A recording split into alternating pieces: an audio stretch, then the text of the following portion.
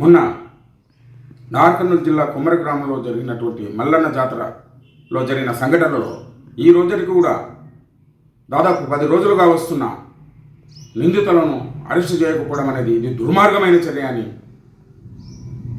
తెలియజేస్తున్నాం.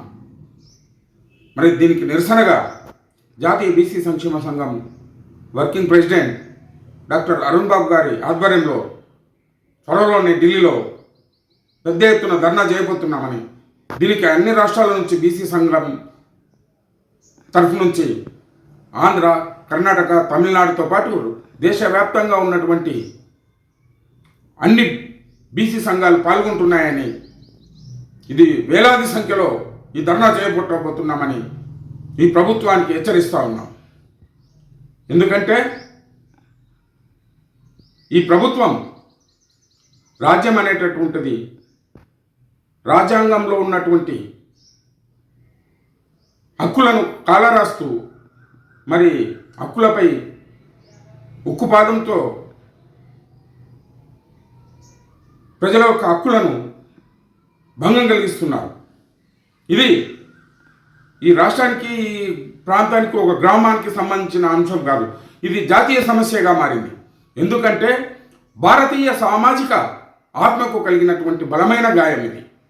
ఇది పెద్ద దురదృష్టకరమైన సంఘటన. దీనికి చిత్తశుద్ధి లేని ప్రభుత్వం చట్టం పట్ల, న్యాయం పట్ల, రాజ్యాంగం పట్ల ఎలాంటి చిత్తశుద్ధి లేకుండా వాళ్ళకి ఇష్టం వస్తున్నట్లు ఈ ప్రభుత్వాన్ని నడుపుతూ ఉన్నారు. ఈ కాంగ్రెస్ పార్టీ మరి వ్యవస్థలన్నీ విచ్ఛిన్నం చేసి, చిన్నాభిన్నం చేసి వాళ్ళకి ఇష్టం వచ్చినట్లు రాజ్యాంగానికి అనుగుణంగా ఈ ప్రభుత్వం పాలించట్లేదు. అంతేకాదు, లలిత్ కుమారి వర్సెస్ యూపీ కేసులో మరి సుప్రీంకోర్టు ఏం చెప్పిందంటే, ఎప్పుడైనా ఎక్కడైనా ఒక సంఘటన తీవ్ర స్థాయిలో అది జరిగిందంటే వెంబడే బాధితులు ఇచ్చిన కంప్లైంట్ని తీసుకొని ఎఫ్ఐఆర్ రిజిస్టర్ చేయాలని ఉంది. సుప్రీంకోర్టు ఆర్డర్సే ఉంది, జడ్జిమెంట్స్. కానీ మొన్న జరిగినటువంటి సంఘటనలో బాధితులు పోయి కంప్లైంట్ ఇస్తే బాధితుల కంప్లైంట్ పక్కన పెట్టేసి నిందితుల కంప్లైంట్ తీసుకోవడం జరిగింది. ఈ దుర్మార్గమైన సంఘటన, ఈ దుర్మార్గమైన చర్య. ఈ వ్యవస్థలో పోలీస్ డిపార్ట్మెంట్ కూడా ఈ కేసును ఈ ప్రభుత్వం ఇచ్చిన డైరెక్షన్లో అగ్రవర్ణాల వారికి ఒత్తాసు పలుకుతూ ఈ కేసును పక్కుదోవ పట్టించే విధంగా చేస్తూ ఉన్నారు. వెంటనే ఈ కేసును బిఎన్ఎస్ కొత్త చట్టం ప్రకారం 103 కింద మర్డర్ కేసు బుక్ చేయాలని, ఎస్సీ అట్రాసిటీ కేసులు కూడా బలంగా ఆ నిందితులకు శిక్షలు పెట్టి శిక్షించాలని చెప్తా ఉన్నాం. అంతేకాదు, ఈ కేసును దీన్ని సిబిఐకి అప్పచెప్పాలని జాతీయ బీసీ సంక్షేమ సంఘం తరఫు నుంచి డాక్టర్ అరుణ్ బాబు గారి ఆదేశాల మేరకు బీసీలమంతా మేము డిమాండ్ చేస్తూ ఉన్నాం. ఈ ప్రభుత్వాన్ని, చిత్తశుద్ధి లేని ప్రభుత్వాన్ని, ఇది ఎక్కువ రోజులు ఉండదని, త్వరలోనే ఈ ప్రభుత్వాన్ని కూల్చబోతున్నామని కూడా జాతీయ బీసీ సంక్షేమ సంఘం తరఫు నుంచి మేము హెచ్చరిస్తూ ఉన్నాం. ఎందుకంటే ఈ జరిగినటువంటి సంఘటన దుర్మార్గమైన సంఘటన. ఈ ప్రభుత్వం వచ్చినప్పటి నుంచి బడుగు బలహీన వర్గాలపై, బీసీలపై ఎన్నో దాడులు జరుగుతూ ఉన్నాయి.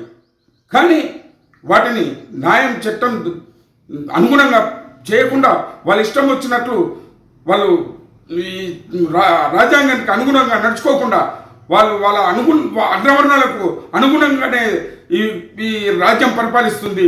ఈ దుర్మార్గమైన సంఘటన అని చెప్తూ ఉన్నాం. గతంలో భారత రాజ్యాంగం అంటే డాక్టర్ బాబాసాహెబ్ అంబేద్కర్ గారు కలగన్నటువంటి గ్రామ స్వరాజ్యం కాకుండా ఈరోజు అగ్రవర్ణాల అహంకారంతో బడుగు బలహీన వర్గాలపై ఉక్కుపాదంతో తొక్కుతూ ప్రజలను చంపేస్తూ ఉన్నాం. దీనికి యావత్ దేశమే చూస్తుంది. రేపు జరగబోయే పార్లమెంట్లో కూడా ఈ అంశాన్ని, మొన్న జరిగినటువంటి నార్కర్నూలు కుమ్మరి గ్రామంలో జరిగినటువంటి అంశాన్ని మరి బీసీలకు చెందినటువంటి ఎంపీలందరూ కూడా ఈ పార్లమెంట్లో కూడా ఈ విషయాన్ని రేజ్ చేస్తున్నారని, ఈ ప్రభుత్వాన్ని కూలదోస్తారని, ఈ కాంగ్రెస్ పార్టీకి చిత్తశుద్ధి లేదని మేము హెచ్చరిస్తూ ఉన్నాం. అంతేకాదు, రేపు హరిత గెస్ట్ హౌస్లో 2 తెలుగు రాష్ట్రాలకు చెందినటువంటి డీసీసీ శిక్షణ తరగతులకు రాహుల్ గాంధీ వస్తున్నాడని తెలిసింది. ఏ ముఖం పెట్టుకొని వస్తున్నాడు ఈరోజు రాహుల్ గాంధీ ఈ తెలంగాణకి అని చెప్పి అడుగుతా ఉన్నాం. గతంలో వచ్చిన రాహుల్ గాంధీ సంవత్సరానికి 1,00,000 ఉద్యోగాలు ఇస్తామని చెప్పేసి మరి విద్యార్థులకు హామీ ఇచ్చిపోయి ఇంతవరకు మొహం లేదు.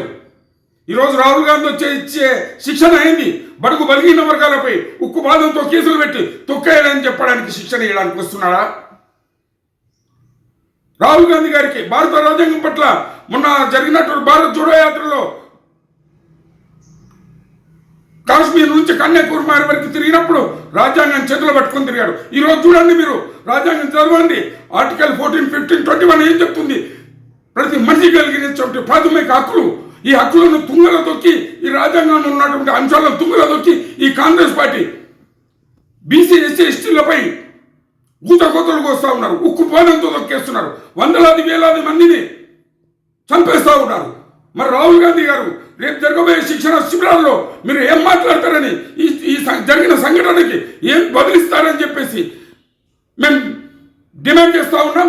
దీన్ని ఇమ్మీడియట్గా మీ సీఎం గారు రేవంత్ రెడ్డి గారికి చెప్పి మీరు ఏ విధంగా ఈ కేసును తీసుకోరో సిబిసిఐడికి అప్పచెప్పాలని మీరే డిమాండ్ చేయాలని మేము హెచ్చరిస్తూ ఉన్నాం.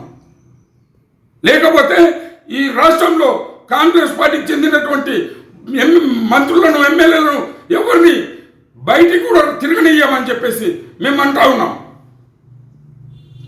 బీసీ, ఎస్సీ, ఎస్టీలు మేమంతా 90% ఉన్నాం. ఈరోజు మేమందరం ఏకమై తిరగబడితే ఈ ప్రభుత్వం ఎక్కడ పోతుందని హెచ్చరిస్తూ ఉన్నాం.